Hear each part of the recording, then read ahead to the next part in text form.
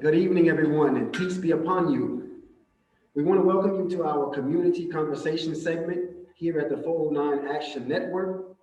I am one of the co-founders, and I am your host for today. My name is Tyree Elamine Boyd. Um, Again, as I said, we thank you all for being in attendance and responding to our invitation. We want to inform you first on what is the 409 Action Network and what do we do. Let me give you a little bit of background information, or should I say, lay the foundation for the context here that we invited you here for today. But the 409 Action Network is a nonprofit organization that was formulated, and our mission is to initiate conversations in this community that centers around gun violence, the gun violence that happens in our community, and our immediate objective is to create content that will help us to create platforms and programs that will act as a catalyst to address this gun violence.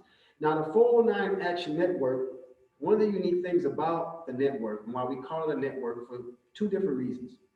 One is because of the resources that we're reaching out, that we're trying to access and incorporate with the work that we're doing. But it's also a network because we're trying to, an attempt to bridge the streets with law enforcement and local government officials. In this way, we want to create media content. And the help of this media content will assist us in producing workshops and platforms, symposiums, public programming, whereas the community itself can begin to see it working with other parts of itself. As I always say, our stake in a program like the 409 Action Network is necessary, and I'll tell you why. Me, as a resident, born and raised in this city, all of my life, 45 years,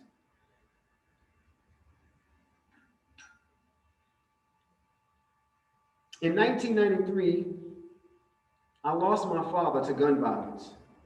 He was shot and murdered.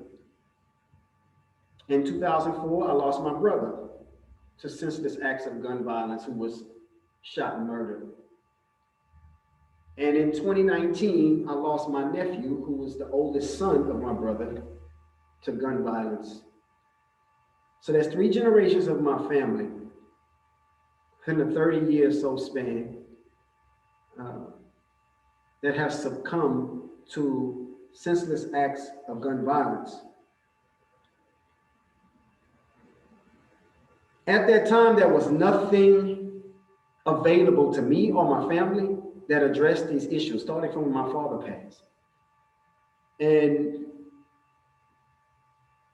I just felt like we were alone. There was no help. There was nothing that the community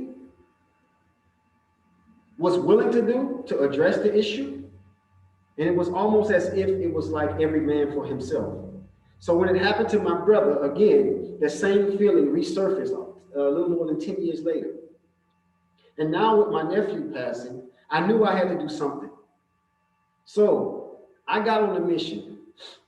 And this idea of forming a network, because I knew I couldn't do it by myself, but perhaps if we build a network of people working together in the same community for the same cause, we can prevent other families from dealing or going through what I went through. Now, since my nephew has been murdered, the tragic thing is this gun violence has escalated more. We have lost 12 individuals, 12 young men between the ages of 15 and 22 years old since September the 1st, 2019. Around March of 2020, the 409 Action Network was born, right at the midst of the COVID pandemic, because this is a pandemic as well. It's just not a pandemic getting the exposure, the national exposure, as big as the COVID-19. But this is a pandemic that's been around before COVID, and it's affecting us in this community more than anything.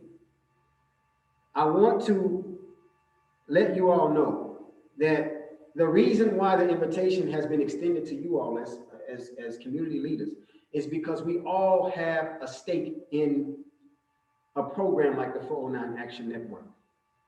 You know, as independent entities working in this community, and as leaders of those independent entities, whether it's a church or a mosque or a synagogue or the school board or the constable department, or you're sitting on the a member of the city council board, we are all responsible for the safety and the leadership of our community.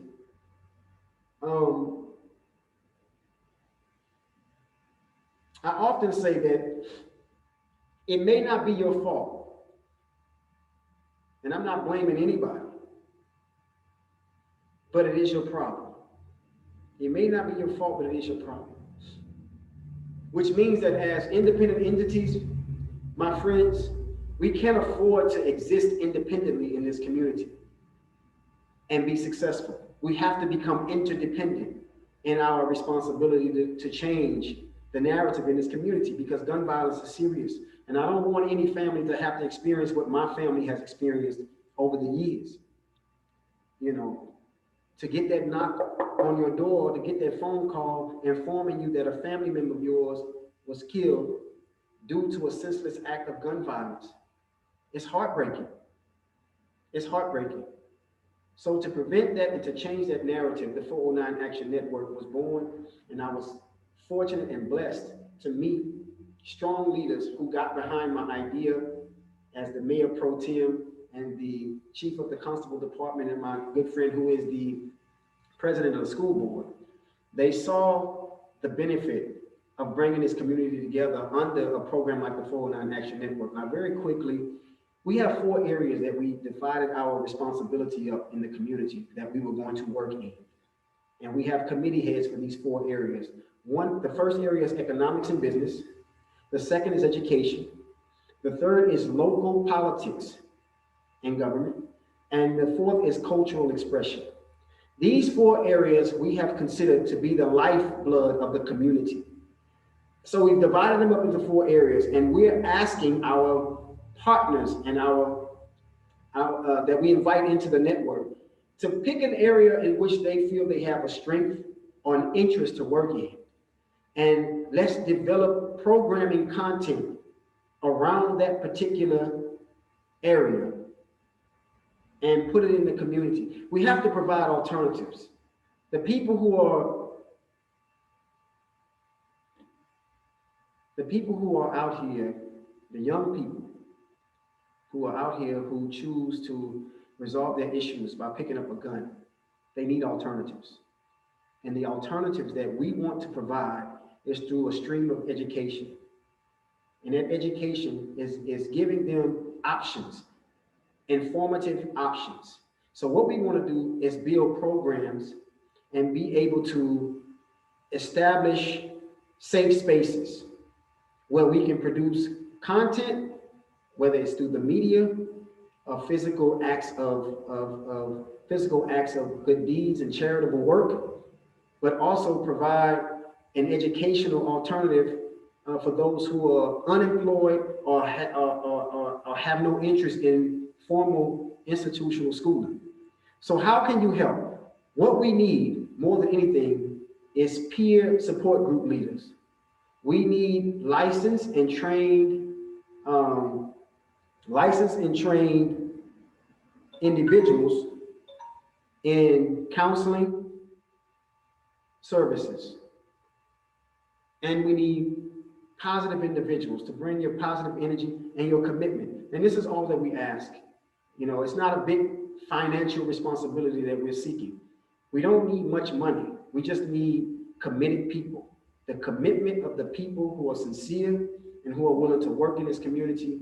If we do it collectively, we can bring about an enormous change and protect the future of our younger people. These younger people, protect their lives for the future. So we ask that you leave your name and your number, your contact information in the institution or the programs that you represent. And we have our bi-monthly meetings twice a month. One is a community meeting, the second is a strategic planning meeting. And once a month, we ask that one of the committee heads from one of the 4 areas that we mentioned, they plan a program once a month in the interest of that particular area that they're working in for the community. So I look forward to working with you, and I know that as leaders, that we all can, if we come together and become interdependent and can depend on one another with our resources, with our time, with our commitment, we can make a major change. So we thank you, and we ask that you be safe and peace be upon you.